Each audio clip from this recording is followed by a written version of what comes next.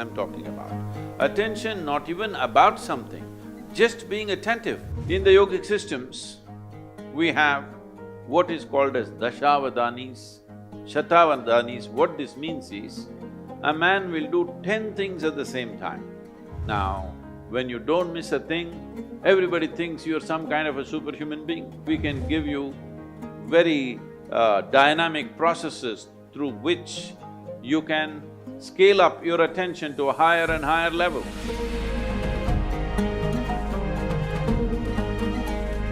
My question is, what means focus to you, and which way can we apply focus in our daily life? So what's your definition of focus? Okay. There are many ways to describe this word. Instead of saying focus, if you use the word attention, would you agree that attention and focus are about the same thing? There is a little difference. There are nuances to it, but when you say focus, it's just like focusing a light on something means only a focus is always a spot. Attention can be much more widespread. See, right now, if you have clear vision, I'm having problems seeing the young man because you kept him in darkness there in the hall But if the hall was well lit, I don't have to focus myself to see the people who are sitting here. I just need attention. If I'm attentive, I will see all the people here the way they are. But now I get interested in this one young man, then I need focus.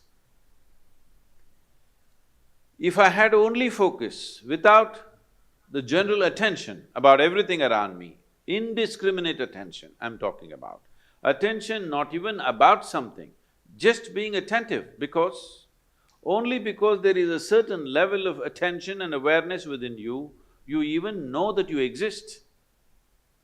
Otherwise, let's say in sleep, in your experience, neither the world exists nor you exist, all that's happened is there is no attention. Because there is no attention, there is no perception of any kind. So first thing is attention, that there is a general grasp of everything. Then there is a particular interest.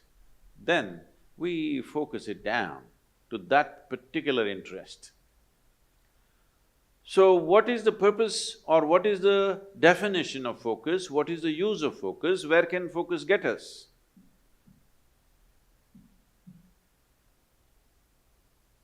We are focusing on something only because our attention is not keen enough. If our attention was very keen, you would not need to focus on anything. In the yogic systems, we have what is called as dashavadanis, shatavadanis. What this means is, a man will do 10 things at the same time. Another man will do 100 things at the same time.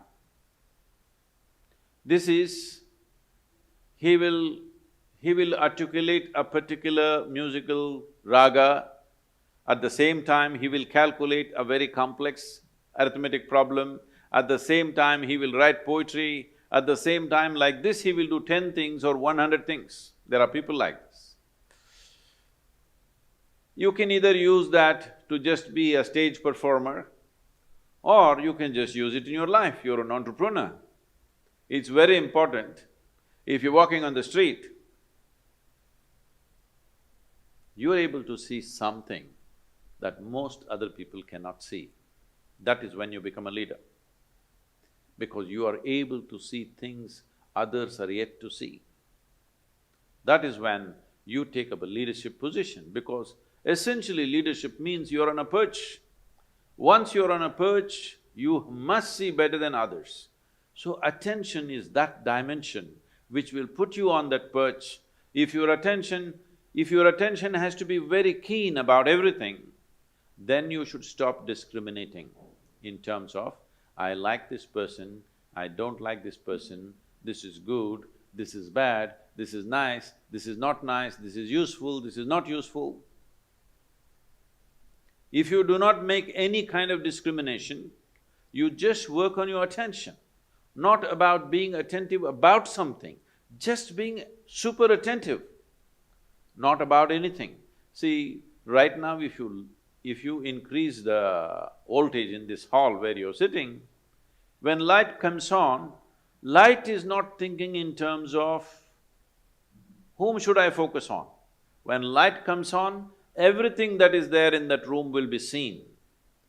This is important. This is a very important aspect of yogic process is that we go on working on our attention, that we keep on keying up our attention to a higher and higher level, a higher and higher voltage and intensity. Now, we don't encourage focus because focus means consolidate all that attention and put it on one person. Suppose you invested your entire focus on one spot and you found nothing worthwhile in that spot, what will you do at the end of your life? This is what is happening to most lives. Now, you just work on making your attention itself so keen that even if somebody focuses on something, they won't be that keen. If your attention is that keen, you won't miss a thing in this universe. Now, when you don't miss a thing, everybody thinks you're some kind of a superhuman being. No, this is not about being superhuman. This is about realizing being human itself is super. So, if you cultivate your attention, we can give you very dynamic processes through which you can scale up your attention to a higher and higher level. How clearly you see determines how successfully you walk this life, there's no question about it. How much lack of clarity there is in you, that much blundering you will do in your life. Simply there is no question about this.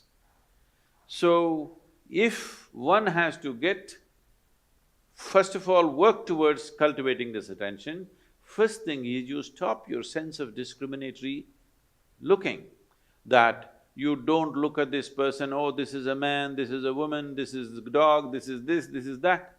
Simply pay attention without any judgment. If you just pay attention to anything and everything without any judgment, you will see, if you just pay attention to an ant, there are phenomenal things. You're in Germany, who knows if you pay enough attention to an ant, you may come up with the best automobile on the planet because I have not seen any machine moving with as much dexterity as an ant moves. But I think nobody has paid enough attention to an ant. So, attention, raising the bar of attention is more important than focus. For immediate purposes, if you need to focus on something, you can. But right now you can do a simple experiment. If you sit with your face slightly upturned like this and close your eyes, you will see naturally there'll be a focus between your eyebrows. But you can be conscious of many things, people around you, your breath, the sensations in your body. You can be conscious of everything and still be focused. So mental focus is a limited possibility, but the attention, enhancement of attention that ultimately delivers you to a space where you become conscious, or in other people's words, super conscious, is just conscious, but people think you're super conscious. Because of this, you grasp everything as it is. The most important thing for this is that your mind is not functioning like a prism, distorting things and creating designs where they don't exist. Your mind has become like a plain mirror, it just shows everything just the way it is. Only when you see everything just the way it is, you will have the ability to handle everything sensibly, otherwise you make a mess out of many things. And this is very important for an entrepreneur because you don't have a job